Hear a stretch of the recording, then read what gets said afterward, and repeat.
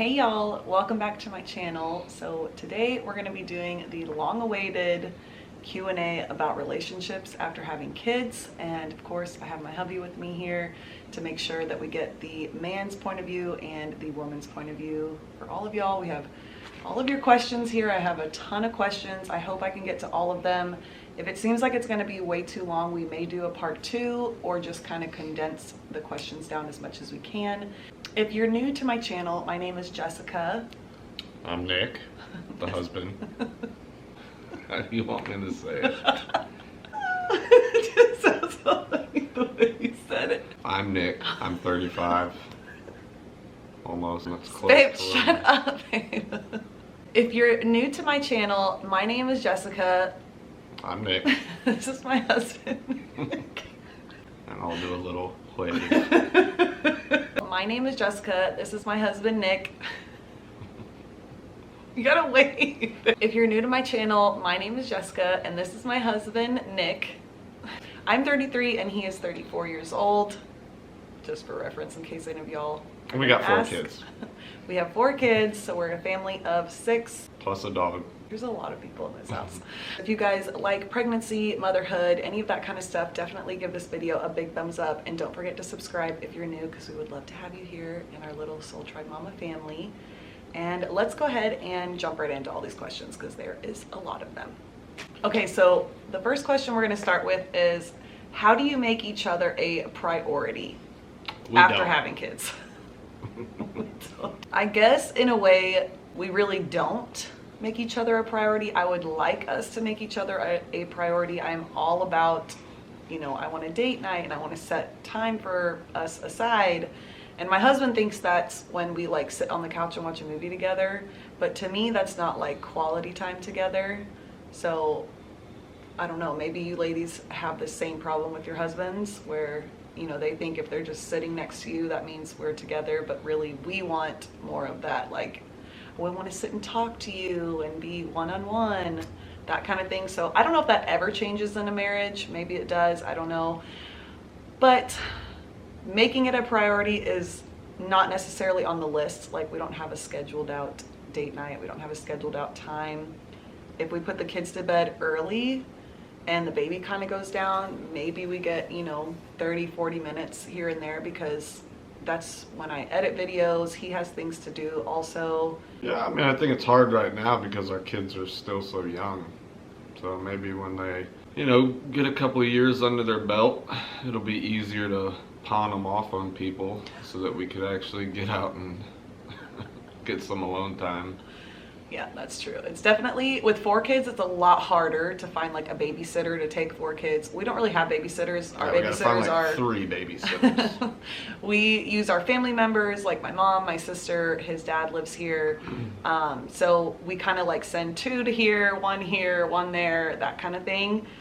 So trying to get that together is really hard. Going out, and obviously with COVID, a lot of people aren't going out anyways. But if you're at home, the baby's crying. See? That's the first question. And we couldn't even get through it because of the baby. But I do want to say, if you are a first-time parent, or if you're pregnant right now and you're thinking about this as well, about you and your husband, don't put an expectation on it like, everything is either going to stay the same and be great, or that you're going to have a horrible time and you guys are never going to talk and you're never going to see each other. Just kind of go with the flow and try to just figure out when you can have time. All right, so the second question is going to be, how do we keep the spark alive with a newborn? This kind of piggybacks off of making each other a priority, mainly because trying to keep anything alive when you have a newborn is very hard. And if you are breastfeeding your newborn, then that makes it even worse, because you are tied to that baby 24/7. And unless you decide to give your baby a bottle at some point, then daddy can come in and take that over. But majority of the time, the newborn is going to be stuck to you the whole day, every day, all night. You are not going to be able to find time to put that baby aside to be with your husband. And if you do, you're going to be so tired, you're just going to want to sleep. You're not really going to want to be with your husband. That time in your life when the baby is still a newborn till they probably hit about 4 months old, you're probably never going to be able to find time. And if a new family, a new parents tell you that, oh, we have date nights all the time, we still do that, they're probably lying, because there's no way that you can do that. I have never found a way, and now we have 4 kids, so there's definitely no way that when Knox was a newborn that we could have time together. But even if you have just one baby, you're so exhausted and you're tied to that baby for so long that it's not going to happen, and it's okay. That doesn't mean that your marriage is bad or that you guys have any problems. Yeah, You're just it doesn't tired. last forever. Exactly. It definitely doesn't last forever. That time flies pretty quickly, even though when you're in it, you feel like it takes forever. I bring her flowers sometimes. Yeah, what are your suggestions for the husbands to do? Yeah, pick up some flowers, wash the dishes, Yeah, that's a good one. vacuum, maybe, just help around the house. I definitely love it If you when he got helps more around the house. kids, take the other kids, away. I don't know if this is a thing or not, but for me it is. When my husband does dishes or cleans up or does something that I didn't say, hey, if I could get some help here, and he just does it on his own and knows like, oh, maybe I should just take care of this real quick because I can tell that, she's got other things going on, or maybe he just wants to help out. I definitely find myself way more attracted to my husband in that moment and wanting to take him in the room, if you know what I mean. Definitely one of those things for me. I don't know if that's a thing. I may be weird to say that, but I definitely feel way more attracted and ready to say, hey babe, come on, let's go in the bedroom. Come on, let's go to sleep. No. Let's go get some sleep. If you wives and mothers out there think the same thing, let me know down below in the comments that I'm not alone. Intimacy after having a baby. Yeah, well, that's pretty much, Yeah. there's barely any time for it. But, like we said, it don't last forever. The baby's only a baby for so long. So, if you can squeeze it in there, if the baby's napping, if they do that, then, you can try to squeeze it in there. But I would say just, wait a year, and then maybe the baby will take a nap then or something. And then you'll have time. It's definitely going to be one of those things. It's not going to be spontaneous. You're not going to be, like you were when you were in your 20s, and it's just like spontaneous. Let's do it here, let's do it there, or in the middle of the day or anything. It's literally just going to be if you have time, when you have time, if you're even in the mood or you're not exhausted. Yeah, that's the other thing. Sometimes we plan to do it and we fall asleep. Exactly. That's happened many, many times. Like Yeah. the kids go to bed, they'll even be in bed early. So it's not like this is, past midnight. And we'll be like, okay, let's get ready. Let's lay down on the couch. We're going to watch a movie. We're going to cuddle. You know what that leads to? Sleep. And the next thing you know, we're passed out. And we don't even remember like watching 2 minutes of whatever show or movie we put on. So it's definitely something that you have to work at if that's what you want. If that's something important to you and you feel like, that's something that you need in your marriage, especially in this time that you're going through, then talk to your partner and just say, let's plan this, put it in your schedule, sex time here. Yeah, but strap it up unless you want baby number 5. Yes, definitely safe sex. Yeah.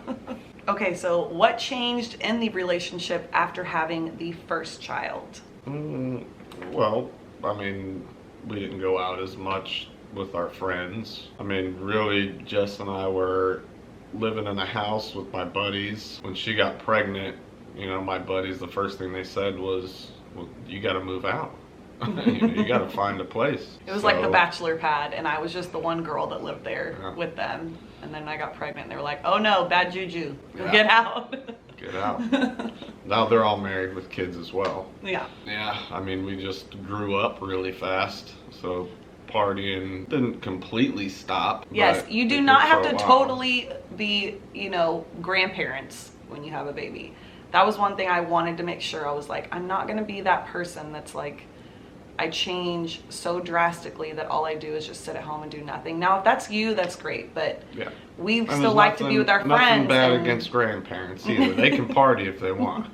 But we just changed it up, so it would be more like, hey, have our friends over and barbecue, and they can bring beer, whatever. We hang out home. We're not going to leave the house. We have a kid at home. We want to make sure that the baby goes to sleep. We're here to watch them on the monitor, all of that kind of stuff. And then they all hang out start with our having friends. kids, and they bring their kids Exactly. over. Then it becomes a big, to do with family. Again, things that are important to you. Not that, partying is important, but just little things that you want to keep that are still fun to you. Because just because you become a parent doesn't mean that you become life boring is over, or life is over. Yeah, your life revolves around.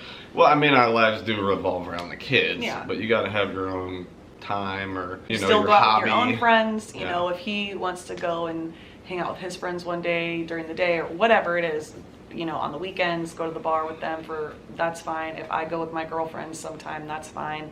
Because we all need our time. Obviously, we need time Definitely gotta try together, that. but then we also need time with our friends. You got to find your ways to keep your sanity with your kids. Because even when they're little and they're a baby, especially if it's your first kid and you only have one kid, you've never gone through this before, and it can be overwhelming and stressful, and you're learning the whole new thing, and then you're learning each other as partners in this whole deal, trying to figure it out. And so, I feel like all of us moms say this all the time, but sometimes we just need some me time, and we need 15 minutes, 3 hours, whatever you can get. And daddies also need that. So they get their time sometimes. I like to go to Target and walk around. I like to go to the gun store or the garage. Or the garage. Yeah, or I lock myself in the bathroom. You gotta find your thing. Okay, biggest anxiety trigger as new parents. We're worried about the kids all the time. I feel like for me, it's always been, and again, I feel like this is a mom thing. I've heard a lot of other moms say this as well. And I actually kind of talked about this in my postpartum video, but you start to think horrible things are happening to your children when they're in the other room, when nothing is actually happening to them. And it is the weirdest thing, but it happens all the time. And now if you go through postpartum, then it's just elevated by 1,000, and you're really thinking somebody's murdering your child.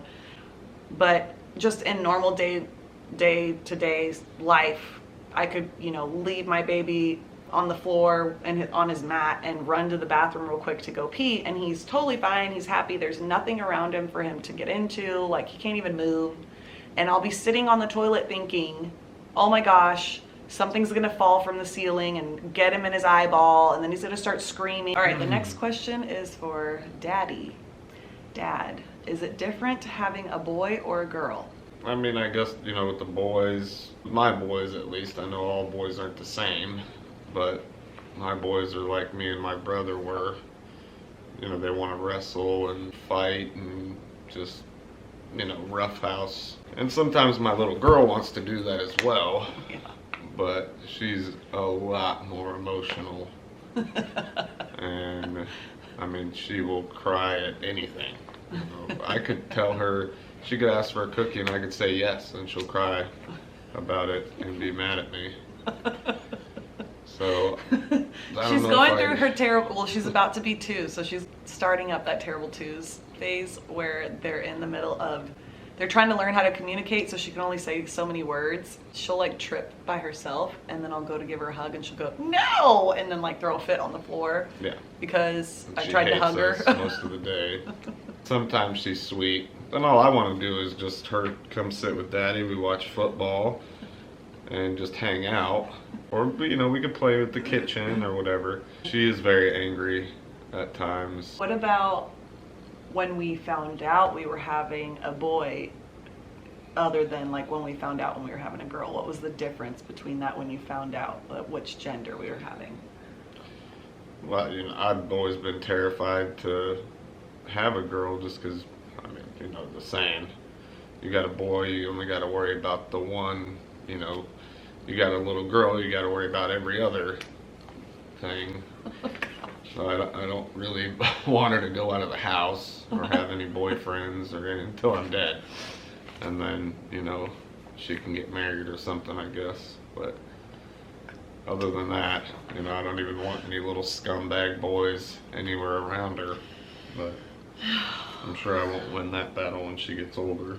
Yeah, her teens are gonna be rough. I'm sending her to boarding school.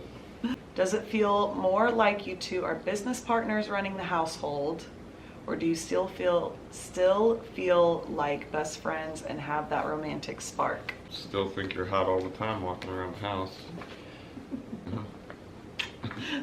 No, definitely. I definitely don't feel like we're just Business partners, business for partners sure. for sure. That's definitely not the case at all. Even with 4 kids, sometimes your days can feel that way because you're just going through the motions. You know, one kid needs you, the next kid needs you, this, that, and we're passing each other throughout the day because he's taking care of one, I'm taking care of the other, and then you have, you know, all the breakfast, lunch, and dinners, and we've got stuff to do around the house. But at the same time, I definitely consider him my best friend. We tell each other everything. And we stop in and give each other smooches all the time, and yeah. You definitely don't kiss your business partner. Yeah. If you do, you're getting me in trouble. And like this right here, he always makes me laugh, so I love that. That's definitely nice. But I will say that finding time throughout the day to communicate and talk is really good. At least that's works for us. I don't always get that, you know, one-on-one time with him where we sit and we talk about, you know, our goals or anything like that. But throughout the day, when there's things going on or things that have happened, we do try to stop and make sure that we're telling each other what's going on. And so in a way, that's kind of like one-on-one time with each other. Yes, we have kids running around, but they could be in the other room playing, and we get a couple minutes to just talk real quick, and he tells me, you know, something exciting, and then we sit and talk about it. So trying to find moments like that throughout the day is kind of nice. That I would consider like keeping the spark alive, finding moments, you know, we kiss each other. We're very lovey-dovey people. We're both handsy people. So like if I'm doing the dishes, he'll come up behind me and squeeze my butt or something, or he'll, you know, wrap his arms around me or kiss me real quick. And those little things, at least for me, those are things that I love, you know, and then if I do the same to him. Yeah. Yeah. If I'm doing it to her, then of course, you know, I like when she does it to me. So another thing I wanted to point out is that whole romantic spark thing. I feel like majority of the people that ask those questions are usually talking about sex and intimacy, but you have to understand that when you have kids, obviously our lives are taking over and there's not going to be very much time for that. And if there is, you're going to need to either schedule it out, talk about it. I mean, there's been plenty of times that I've said to him, put the kids to bed, we're doing this, yeah, you know. Or if you just have the moment and you can squeak it in there real quick. Yeah. You know, get it done. But at the same time, this also applies, at least for me, and I think that a lot of marriages should do this. It shouldn't always be about sex. It should be about those little moments that you catch together. Like I was just explaining, like with him coming up behind me and just showing me that he loves me and that he's thinking about me. That makes me feel really good, and I feel like that connects us at the same time. And then obviously making sure like, okay, we're together on this. We're going to get the kids to bed really quick so that we know that we're going to sit down together. And even though it may just be, you know, let's sit down and watch a show, it's still being together, even if it's 10 minutes, 15 minutes, because we end up falling asleep. You get tired. I'm tired right now. I don't know when I'm not tired, to be honest. Was it hard for me as a woman to be so vulnerable in front of my husband for the first time having my baby? No, definitely not for me. I'm not that kind of person. So far to the point that when we had our first child, there was probably like 12 people in the room. There were obviously I was uncomfortable. I was vulnerable when she was having a baby, more than she was. Yeah, he was definitely more uncomfortable than I was. I didn't want anybody in there. I didn't care. Like my mom was there, my sister was there, obviously my husband. His best friend was there, videotaping it. Not down there. He didn't stand down there, but just videotaping like our reactions. Standing behind him actually, and he was standing like to the left of my shoulder. So down there, but he was in there. And then we have obviously the doctor, the top nurse, and then they had like 2 other nurses, Some the baby's nurses, and then there was like 5 other nurses. And then we had all of our friends sitting outside the door, waiting for that moment so they could come in and see the baby. I could have cared less. I literally was just like, I'm in the zone. Like, I know I need to get in the zone. This is happening. I want to make sure that I am present. So, and I even told his friend when he asked if he could stay in the room, I said, it's up to you, bud. Like, if you're scarred for life, that's your fault. I'm not, I don't care. It doesn't bother me at all. So I definitely was not, and even if my husband wanted to look down there, I probably would have been fine with it. I wouldn't have cared, but I knew that he wasn't like that. He's not that kind of person. He almost fainted when I gave birth anyways, and he didn't even see very much of anything. I saw a little bit more he than I wanted tried to. He said he looked for a minute, and then it that was like scary. it. So I already knew that he was like that, so I knew he wasn't going to be like face down in there checking it all out. But I don't think she would have cared anyway. I probably wouldn't have cared, yeah. Neither one of us are very shy, so I mean that kind of question is, I would imagine, is different for exactly. lots It's of definitely people, going to be because different. for us we're not shy at all. So we've seen each other's goodies everywhere. So. Oh, you mean we don't always have the lights off and don't look at me. Yeah, we definitely don't have the lights off. Did you feel self-conscious or gross from focusing on your labor? I'm guessing this means... She's a champ when pushing them babies out. Interesting. When you push that thing out, I don't know how you do it. It looks so painful. I feel like the way that it's worded is kind of confusing me, but I'm guessing it means like if I was trying to be in the zone and not being, not like being with my partner, like it all being about like us together and taking in this moment together. I mean, I definitely was worried about him because I knew him and I knew that he was probably going to faint or something was going to happen. My doctor even started laughing and thought it was crazy that I asked him if he was okay while I was trying to push a baby out instead of him asking me if I was okay. I did ask her. No, I'm just kidding. No, he's always been the best when it comes to pushing those babies out, but the first baby, the first one we had, I definitely was worried, and I just kept looking up at him like, are you okay? Are you okay? Like, is everything okay? I didn't do that for any of the other ones, but the first one I definitely did. After you've had the first one, I feel like you kind of know what's going on. So once you have 2, 3, and 4, you're just going in there. You're prepared. You know exactly what's going to happen. It's not going to be exactly the same every time because none of mine were the same, but differently. The gist of it you understand, so you're not so worried about like your partner or what am I gonna do, how am I gonna feel, or who's looking down there, what's my down there look like. Definitely not a big deal. Okay, so this one says, when did you feel your body was ready to start up intimacy safely with your hubby in the bedroom?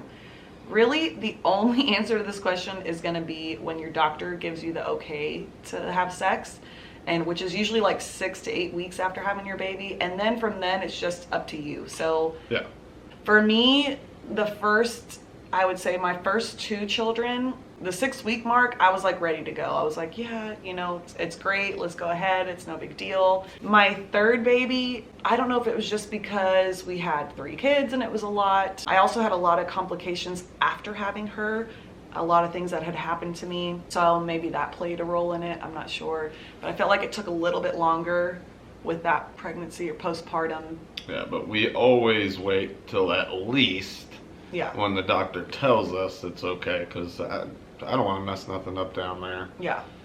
And I think it's just she doesn't want to either. Yeah, as long as you wait when your doctor okays it, then after that it's just up to you as if you're in the mood, because a lot of things for us as moms, having a baby, your hormones are all over the place. So you could either have your hormones going crazy and wanting to have sex, and then you could be the opposite and be like, I don't want any of it. Yeah, get away from me. So it just depends on the person and on the pregnancy, because like I said, with the 4 that I've had, it's been different all 4 times on when I was actually ready to do that. Does your husband understand when you need a mental or physical timeout? When you're feeling overwhelmed and need a break from the kids? Oh, and the next part to that question was, Do I have to have a conversation with him to help him understand when I need a break or help with the kids? Well, sometimes, okay? Because as much as you ladies might like to think that we're mind readers, we're not. Tell us what you want. But, you know, if I see her, you know, just getting flustered, you know, or frustrated, or, you know, getting angrier about something that isn't, you know, as big of a deal, then, you know, I'll obviously, you know, grab the kids and, you know, we'll go in the room and play or do something else to, you know, give mommy some space. I mean, I think for the most part I can tell, but you can't get mad at the guy for not reading your mind. You know, it's pretty simple to say, grab the kids, I'm going knuck and futz. You know what I mean? So. We're not allowed to cuss on it. I definitely think that it is both of those. It's definitely times where he has just done it on his own. He's totally noticed, and even before I've noticed, like, I will be so upset, and before I can even say the words, like, can you help me, he will grab the kids, or I'll walk in the room and he'll like shut the door behind me, and that kind of gives me that signal, like, oh, okay, he's trying to obviously keep them separate from me, so he knows I need a minute to get myself together. A lot of times, you know, it kind of goes the other way, where if I go in the room or the bathroom and I close the door, it almost is like that signal, like, hey, I'm gonna go get in the bathtub, do not let them bother me. And he'll keep them out here and he'll take care of them, whatever they need, you know, food, whatever, get them ready for bed if it gets later in the night, and get them settled. But I do have to say, this is coming off of us now being married for eight years, 8 years, and going on 9 years, and 4 kids. When we had one child, it was definitely more of I needed to speak up more, and I was very much in the mindset that he should just read my mind. Yeah, and I think that's knowing your partner too.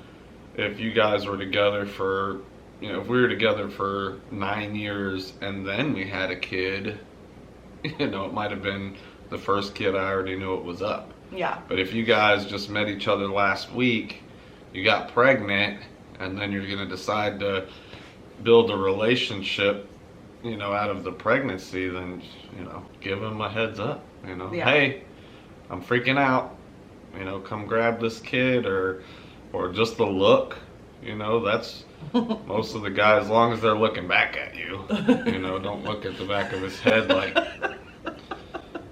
but he's looking Beams at you. like, read my mind. Yeah. You know, just the look is simple enough to know, oh, you know, she needs a second. My kids like to go in the garage when I go in there. There's a lot of stuff in there I don't like them messing with, but that's pretty easy. I just open the garage door and they'll just follow me in there. But they're pretty good kids. I mean, they're still kids, and they're crazy, and there's 4 of them. That's true. So it's hard to wrangle all of them up anyway. I definitely think that if you have this issue with your partner, to talk about it. And yeah, don't give up. Yeah, definitely don't give up, and don't get like angry with the person. We've had that problem before. You're gonna get angry, but I've definitely, like, we've had those fights where, and I've said to him, well, I need you to do this, or why don't you do this, or why do I have to do this, you know? And he's like, well, I didn't know. Like, if you would have told me, then it probably wouldn't have happened. And I'm like, in that moment, I'm pissed. I'm like, well, I shouldn't have to tell you. You know, us women, we love to use that one. I shouldn't have to tell you that I need this. You should just know that I need it, because you should know me. If you love me, then you should know me, right? Sure.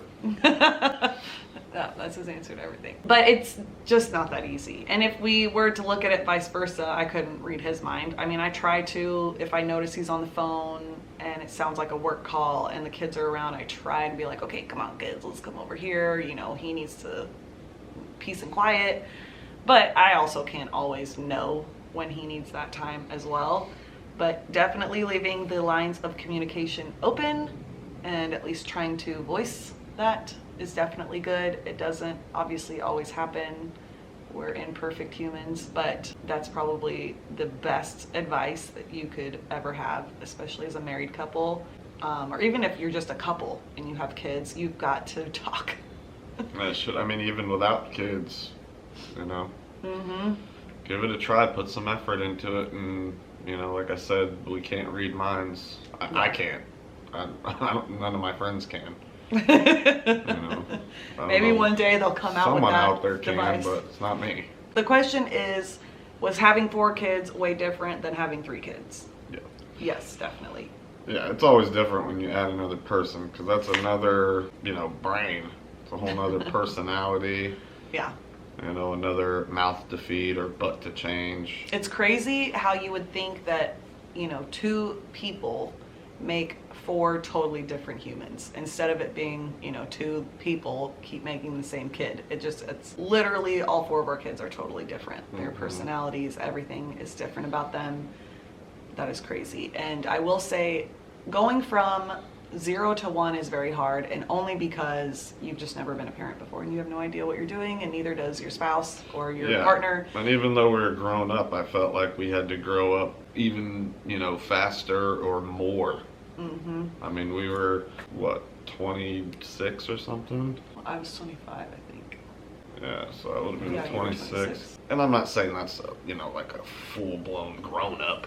But I mean, it was well past 21, and that, you know, I still didn't feel grown up. But I still don't feel grown up enough right now. Sometimes it's hard when I think to myself that I am a dad, and I have 4 children, that I'm actually a dad and not just playing a dad in some, you know, secret Truman Show movie or something. I definitely feel like sometimes we're kids raising kids, even though obviously our ages don't reflect that. But some days you look at your children and you're like, what? Who entrusted me with these children? I don't understand.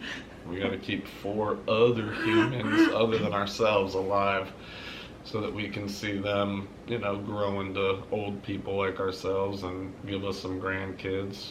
Yeah. Not my daughter, but my boys, eventually. My daughter's going to stay home and take care of me and mommy.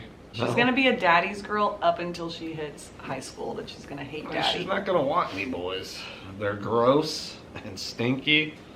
There's no reason for them. Oh God, he's going to have a hard time. But I do want to say that going from 1 to 2 was definitely easy. At least it was on me. And again, I don't know if this is because of their age gap or whatever. They are 2 years apart, or 2.5 years apart. Or maybe it was just because I'd already gotten the hang of having one, and so adding another, it was totally fine. But I will say 2 to 3 was very hard on me. Also, the third being a girl and I'd only had boys, that might have played a role in it. But going from 2 to 3 was very hard. It was not as easy as I thought it was going to be. I kind of thought it was going to be like going into 2 kids, no big deal. And then going into 4, when I was pregnant, I used to tell my husband all the time, he used to say, babe, we're gonna have 4 kids. Like, oh my gosh. And I was like, it's gonna be fine. I was like, having 3 was hard. Having 4 is gonna be easier. And he was like, how is it gonna be easier? Yeah, I never have understood people saying that. It's gonna be easier when you add a child. That's not the truth, ever. That will never be the truth. I don't know who came up with that. 4 has been very hard. Harder than I thought it was going to be, only because number 3 and number 4 are only a year and like 5 months apart, 4 months apart. Yeah, a year and a half apart. And it's a lot closer in age for me to deal with, on top of having 2 other children as well. So I think that's why it's hard. I don't know, maybe if you like spread out, you know, if every 5 years you have a kid, maybe it wouldn't be as much. But having them so close together. 2 babies in diapers right now. Yeah, that is definitely hard. And it's weird, you just have both kids right there. You got to change a butt and then change another butt. It's almost like having twins. But, you know, one of them is a lunatic and she is angry all the time, and then the other one's a little tiny baby that doesn't do anything but smile or cry for mommy's milk. Does your husband feel rejected, or that he receives much less attention after having kids? I really don't care, to be honest. I mean, I guess I probably don't care because I don't feel rejected, I guess. I don't know.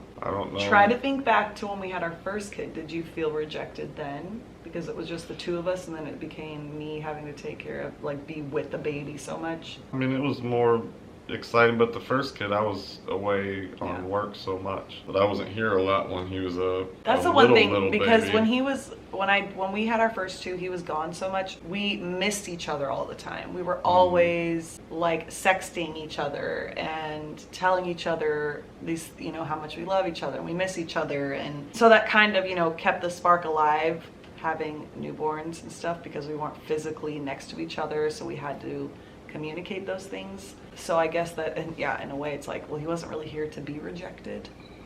Yeah. And when he called, I definitely wanted to answer his phone calls, so it wasn't like I was gonna not answer his phone calls.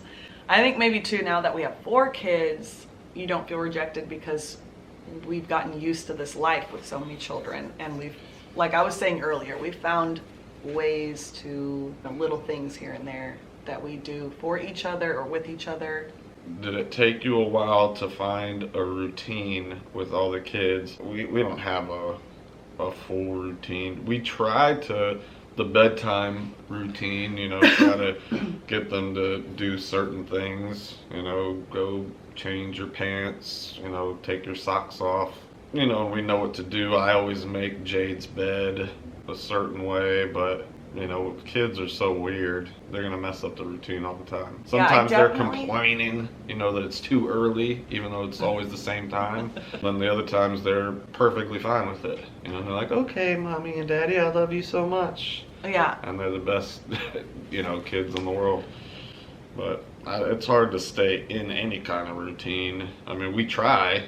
Like during the day when he's at work, then I try to implement a routine as much as I can with the baby and the toddler, because they're gonna need the routine the most. It's gonna be more beneficial for them and for me, especially if we're just the 3 of us at home, because I need to get things done, to find time to get those things done, and even consistent times. Then knowing, you know, Jade takes a nap every day around 12:30, between 12 and 1, then I know that I have a couple hours there, and trying to keep that consistent. It's definitely gonna help her in the stage that she's in life, and it's gonna help me.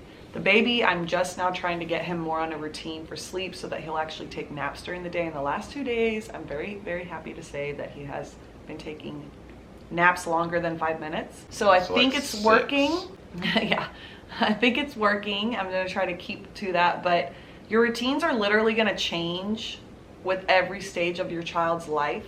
With that being said, and us having 4, yeah, with every child. With us having 4 and 4 different stages of their lives, we can't really have like one routine, if that makes sense. Yeah. It is, other than like he said, you know, bedtime. We know bedtime's 8:30. We know we eat, and then okay, we let them hang out for a minute, and then we're like, all right, brush your teeth, do this, do this, do this. You know, you have those routines, but yeah, and they always know what they are. Has been the most challenging thing in your relationship after you had kids? I think it's definitely always going to be communication and finding time together. We're finding more time together. Yeah, finding more time together. Especially, again, like I said earlier, I would love to have like a date night every week, or even every 2 weeks, you know, that we could get. Obviously, again, that would be something that you have to find sitters for, and for 4 kids, it's really hard. I've told him before, like, even if it's just we go out and we go for a walk to the park and we just hang out and hold hands and walk. Or, you know, one time we drove down to the town that we live in. They have like a little like market square area, and you can walk around the shops and just look around, and we did that one time. Just walk around and hold hands. You know, we didn't really go to dinner or any of that kind of stuff. I think we got hot dogs. Yeah, we got hot dogs. Yeah, we got hot dogs at a little like concession stand thing. They closed that place. Scumbags. Did they? Yeah. Yeah, they were really good hot dogs. But other than that, I really think that's always gonna, and I don't even know if that's just a with kids thing, or just, and it's also just a marriage thing. I've heard that before. You know, the hardest thing about marriage can be communicating. When we didn't have the kids, we were together all the time. Yeah. I mean, all of the time. When we worked together. So not only did we live together, we worked together. Like we saw each other constantly. Yeah. And that's how, you know, lovebirds usually are in the beginning. You can't get, you know, enough of each other, and then after a while you're like, all right, well, I need a little bit of time. But now we got 4 kids, so we got plenty of time.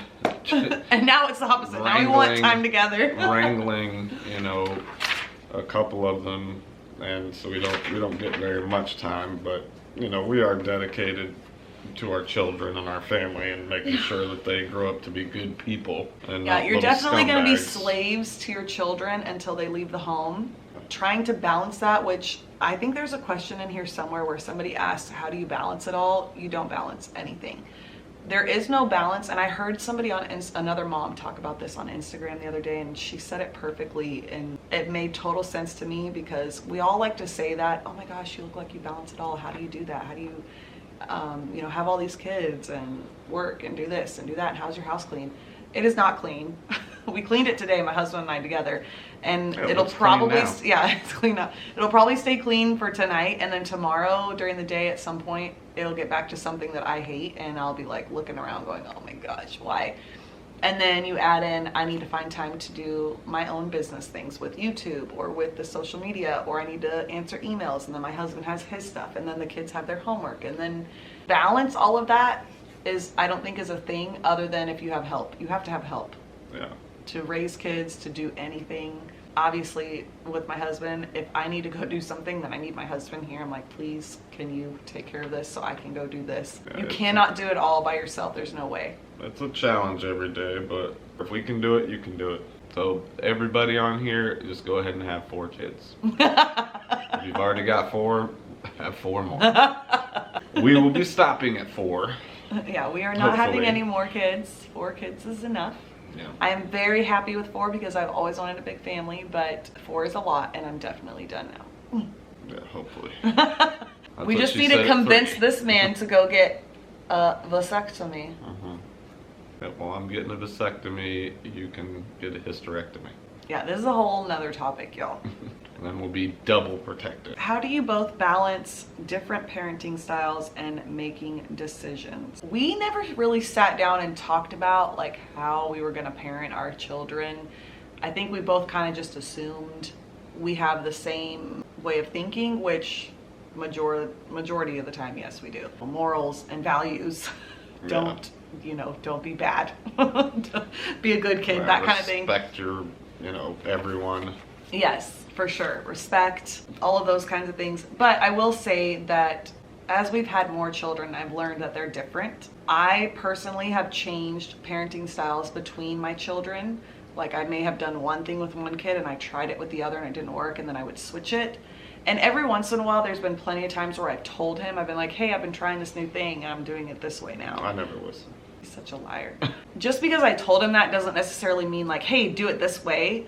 That may be the way you want to do it. I definitely think that we have to be on the same page, but at the same time, I don't think that we need to force each other to be a certain way with our children. Like, he is a man and he's going to be different. I'm a woman, I'm going to be different with my kids. That's just always how it's going to be. Women may be a little bit more delicate, and the men may be, more direct Stern. with their children and stern, or it could be vice versa. I don't know. I will say that, I don't know, I feel like my parenting style will change a million times over because my kids are so different, and so I have to figure out what works for which kid. At what time. Yeah, at what time in their life. And I actually like learning all these new things that are coming out, and I've been implementing the Montessori lifestyle, I guess is what you call it, with Jade, because she's 2 years old right now, and that toddler stage is the hardest stage, I feel like. At least that's, my oldest is only 8, or gonna be 8. Almost 8. Yeah. So we haven't gotten to like high school age yet, but 2-year-olds are very hard to deal with, and trying to navigate that time with them is very hard. So anything that I can find out or try with her that will work with her, then I'm gonna do it. I went to a Montessori school when I was a child. Did your mom ever put you in one of those? I don't even know what that word is. But the other night, I told him like, oh, this stuff that I've been learning. I didn't tell him everything about it. I just said a couple things that I did, or I would bring up, hey, maybe we could try this with Abel. What do you think about it? And he would say, yeah, sure. Just pretty much his answer to everything. And I will say that I've noticed that most people are going to do what you do and not what you say. Does that make sense? As long as what you're doing is working. Right. So I've noticed that I have changed certain things or ways that I react to things, and then I will hear him reacting the same way that I did, and it seems like he's changed. I had someone ask me, she's been going through postpartum and she gets really frustrated with her husband over little things, or even when she tries not to. Is there any recommendations? Don't do it. I am gonna say, because I've gone through postpartum, for one, that is like a big topic. That is a lot to deal with. And I do have a video on that. I will link it in the cards and down below for you guys if you want to watch it. For one, again, this goes back to communication with your partner. If your husband does not know that you have postpartum, that would be bad. Like, please tell your husband or your partner that you have postpartum depression. Well, and tell them what it is. Yeah, and tell them what it is, because men are not going to understand all of that. I mean, when they hear the depression part, you know, they'll understand that part. Well, hopefully they'll understand that. I don't know who you're married to or dating, but definitely explain to them what it is, because you can't just say, I'm going through postpartum, and then leave it at that, because then they're not going to know, unless they Google it. I Google everything. The Google master. So definitely, as long as they know what it is, and they know, you know, for one, the symptoms and what you're going through, or, you know, what you can tell them, how you're feeling, then hopefully, you know, they're going to understand where you're coming from when that happens. The biggest thing you're going to have to learn is how to say, I'm sorry. So if you snap at them a lot, yes, you're going through a hard time, but at the same time, you know, it doesn't give us the right to treat people like crap. So I had to deal with that as well. I've done that plenty of times where I've snapped at him so many times, and he's told me that. He said, you treat me like crap. And then it makes me feel bad, and we get defensive, and, you know, it goes back and forth. But if you can learn and teach yourself how to say you're sorry about what you did, and then, you know, explain it and be like, I'm feeling like this is why I did that, I think that helps. I definitely, you know, when I was going through it, telling my husband and explaining it to him and how I was feeling, and a lot of times it's hard to explain what you're feeling and putting it into words, but at least they have some idea, you know, that you feel like you're crazy and you feel like these things are going on. Because I know even when I was going through it, he was supportive for sure, but he also didn't understand it completely, which I can't imagine that anybody could unless they've gone through it. I mean, really, y'all, what it comes down to is talking. If you don't talk to your partner about things that are going on with you, and you don't feel comfortable telling them something, for one, you probably need to go to counseling, and by yourself and with your partner, so that you can get on the same page. Because a lot of this stuff, you need that person, especially if you're going through postpartum depression. You need somebody. You cannot do that alone. You will die trying to do that. So you have to have that person. You can't expect your husband to understand everything that you're going through, but if you can just tell them what you're feeling, maybe in the moment when you notice yourself starting to, you know, snap at that person, try to stop yourself and tell them, like, this is how I'm feeling right now, don't talk to me, or whatever, leave me alone for a minute. I don't know, that may work. Let's shoot him a text. Maybe you got in an argument and he don't even want to listen. You know, shoot him a text message or something. Something short. Don't go crazy and write like a whole book. Yeah, no novels, because I don't like to read novels, you know. But like she said, just talk to them, talk it out, let them know what's going on. Yeah. This one is, do you feel like you are both in love more or less now after having children? Putting him on the spot.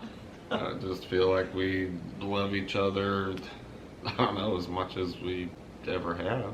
I don't know that I can love you more.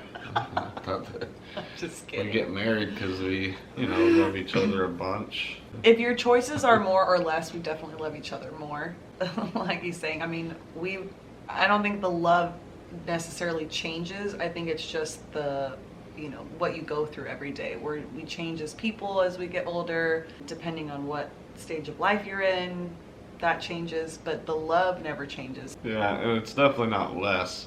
I mean, people get divorced, so I would imagine that those people, they might not even love each other less, or annoyed with that person. They don't like them anymore. They can't seem to figure out how to get through life together anymore. They don't like that person anymore.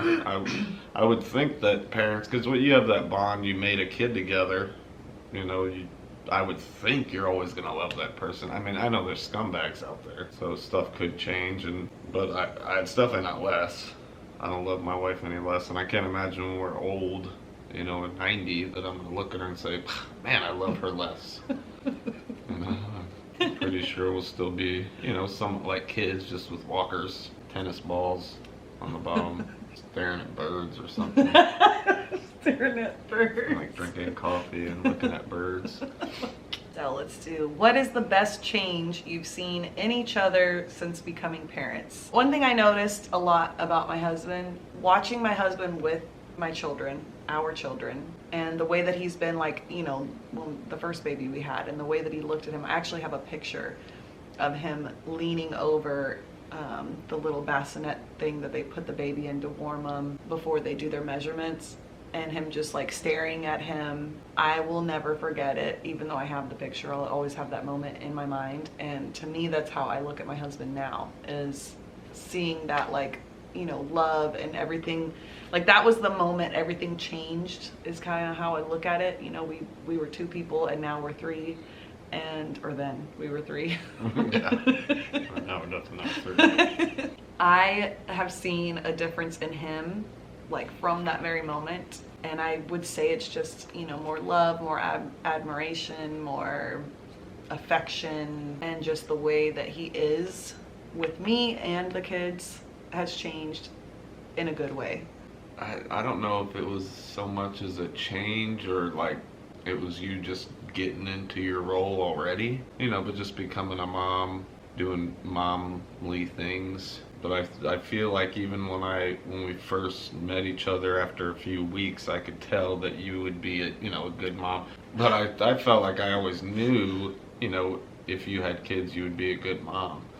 And it's, to me now, when I was younger, I never thought about that. But even nowadays, you know, me and my friends could be walking around and we'll see some lady just being a crappy mom, and she could be extremely attractive, but it disgusts us of her, like, she just turns into an ugly person when we see her being a crappy mom.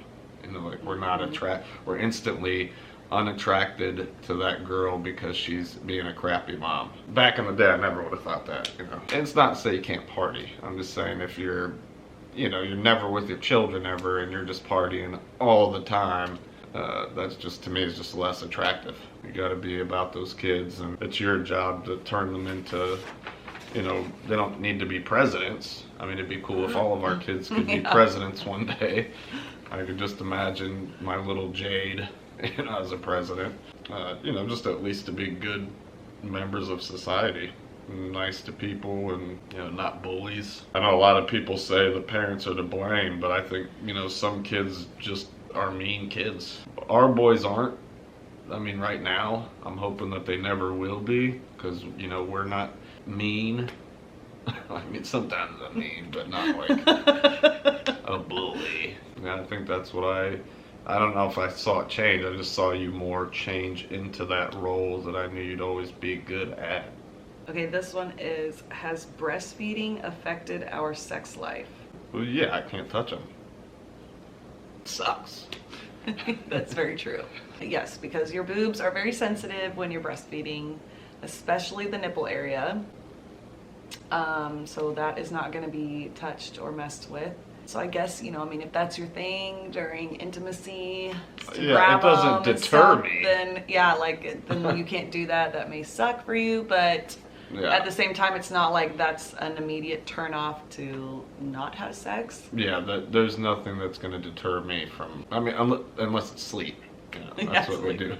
We fall asleep. To add to what we talked about earlier about keeping the spark alive, I did want to add that there are things, you know, that you can do. Obviously, this is not going to work if you have a newborn, but I'm talking about when your kids are like 4 or 5 months, you know, and then older, and you have children in the house, and you find a minute, or it's late at night and you guys are together. At least for me, I like to wear lingerie. I like to go shopping and grab a piece of lingerie for my husband. I think that that's fun, and I know that he likes it.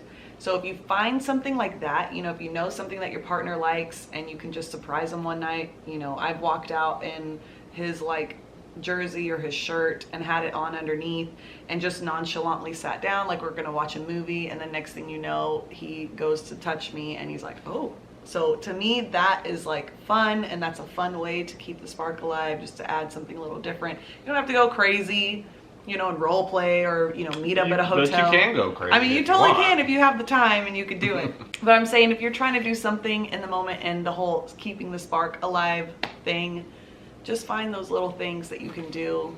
You know, it may only happen once every like 4 months, but if you can do it, great. Yeah, and if you're at the lingerie store, ladies, yeah, just go ahead and buy like 6 to 10, and then you gotta worry about going back to the store ever. You can just pop those out, you know, throughout the year. And, look, I got a new one.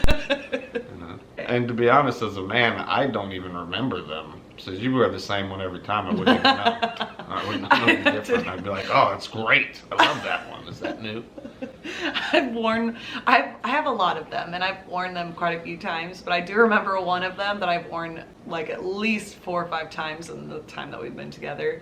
And I remember one time him being like, oh my gosh, is this new? I've never seen this before. And I was thinking like, yes, you have. This has already happened. I was like, what? I've had this one for like 5 years. Oh, so I guess this is for me. How do I find time with hubby when baby co-sleeps and never wants to be put down? Okay, so I co-sleep with Knox. I did not do that with my first 2 children. I did it slightly with Jade, like here and there. I do co-sleep with Knox, mainly because our house is too small. We don't have a nursery room for Knox to sleep in, like a separate room with a crib and all that. So that's kind of how it started. And now it's just so easy and comfortable, and this is what he likes, this is what I like, he being the baby. So it just worked out that way, and I'm happy with it. Because we do that, when the Knox was a newborn, my husband did not sleep in the bed very often, and not necessarily on purpose. Like, we didn't say, hey, you sleep out here and we sleep in here. He didn't want to wake the baby up. He didn't, you know, if we fell asleep in there before he came to sleep, then, you know, he was afraid. The 2 of them might be taking up our entire California king bed somehow. But I like to sleep with the TV on, you know, and I don't want to, if the TV's not on, if I go in there, I don't want to turn it on and then risk him waking up. I know she's tired hanging out with them all day or staying up with them late. We would think that we were close to divorce, just how much I sleep on the couch. I did have quite a few people comment and ask me if we had an arrangement going on in our home, because my husband was not in a lot of the videos when I would show like me and the baby in the bed. And that is not the case. We were totally fine. We were not... There's nothing wrong. It would just be, you know, sometimes it wasn't on purpose. You know, he was planning on coming to bed and then he would fall asleep on the couch. Yeah. And either I didn't wake him up, or even if I tried to wake him up, he didn't get up, I just go to bed. It's not usually on purpose. Probably like that. Yeah, most of the time I just fall asleep wherever I am, but not even on the couch, on the chair. But I will say that finding time with my husband while a baby is co-sleeping, again, y'all, it has to do with stages. Newborn stage, no, you're never gonna find time. My son is now 4 months old and he's getting to the point where he can sleep. I can put him down, like as right now we're sitting here, I don't have a baby in my arms because he's sleeping in the bed. I'm able to get him to lay down and fall asleep without me, and hopefully sleep for a little while. Yeah, for a little bit. Before he needs me there to breastfeed him or whatever else. So at least I can find time there. And then obviously, of course, as he gets older, he'll sleep longer during the night, and then it won't be as big of a deal, and I will be able to find more time with my husband, at least at nighttime. We'll be able to have bigger, longer lengths of time together. And then also, this person asked, you know, because I guess their baby never wants to be put down, and Knox is actually the same way. Yeah. He does not like to be put down throughout the day. If he is awake, he wants to be with you at all times. Follow me on Instagram, then you've already seen me post pictures and videos of my husband wearing the baby, you know, doing whatever while I'm doing something, because if I need to do something and I can't do it with the baby in the carrier, then my husband is wearing the baby in the carrier. Yeah, if she just needs a break from carrying the baby, yeah, I grab the baby, or if I need a break from carrying the baby, she grabs the baby. He just always wants to be held. He is very needy. He's very needy. But he's super cute, so we deal with it. So unless he's like, you know, doing tummy time or something like that, which lasts, you know, about 5 minutes. Very long. But I would say though, like when we have us time on the couch, the baby will be laying with me or laying with him. I don't necessarily see that as it's not our time together, because a baby doesn't talk. Yeah. So it's not He's like just he's chilling. interrupting us, you know, as we're trying to talk or, you know, in our faces. He just chills with us as we have our time together until he falls asleep. So that part's not that bad, but I do understand the co-sleeping part. Having to share the bed can be a little much, especially when they're young. But once they get older, it will not be that bad. And he's not going to he'll sleep have in his there own forever. bed. Yeah, Yeah, he will have bed. his own bed and everything will be fine. Yeah, we won't have our 12-year-old son sleeping in my bed and I'm sleeping on the couch. Okay, the last question that we have is one piece of advice we would give to first-time parents. I'm going to go first, and mine is kind of two pieces of advice. Number one would definitely be to ask for help whenever you need it. Never, and this can be for mom and dad, but especially if you're mama, it can be, you know, just stressful and overwhelming at times. And please don't be afraid to ask for help, whether it's help from your spouse or help from a family member or a friend. You need to call up a babysitter, whatever it is, to like sit with your baby for a minute or to help you with anything, whether it's home stuff or actually helping you with the baby. Help is definitely gonna be your best friend. You're gonna need it. You cannot do it all by yourself. It's just not gonna work out that way.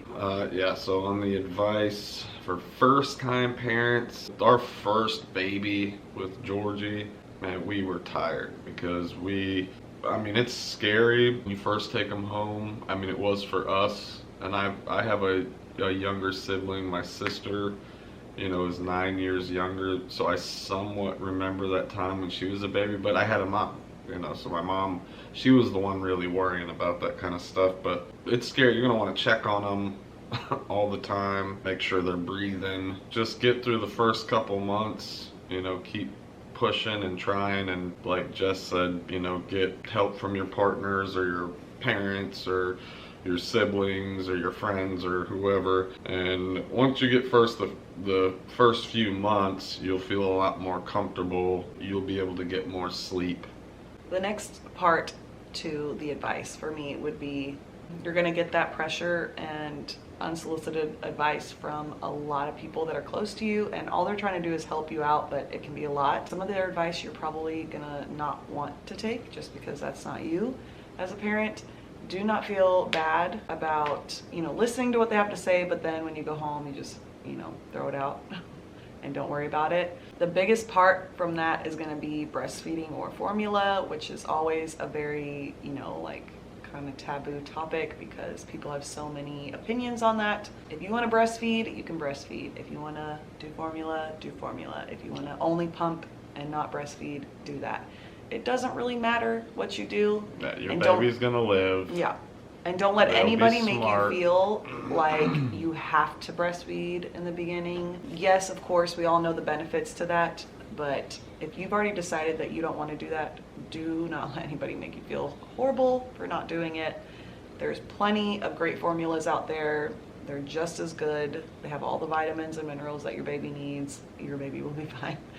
But those two things is definitely going to be, especially for first-time parents, it can be very hard to stick to what you think you want and then have people in your ear telling you, no, don't do it that way. You're supposed to be this way. And Yeah, be your own kind of parent. Just be a good one. yeah, be a good one, but know what you want to do. And obviously that doesn't mean it's set in stone and that you can't change your mind, but just make sure that whatever you choose, it's your choice. You're the parents, no matter what. You know what's best for your children. I'm sure, just like mostly all of us, we all end up doing research at some point on certain topics with our children. Definitely do that. Ask your doctor, whatever it is that you need to do, but just know that once you decide on something, don't let other people make you feel bad for that choice that you made. Nobody's perfect. Yes. All right, y'all, that is the end of this Q&A video. Hope you guys enjoyed it, and I hope that we answered as much of y'all's questions as we could and as thoroughly as we could. If you guys have any other kind of questions, or if you feel like we didn't, you know, talk about something that you really wanted us to talk about, let me know down below in the comments. Leave them down there. Yeah, push that subscribe button if you haven't already. Give it a thumbs up. Pointing to the thumbs up. And we will see y'all on our next one. Bye.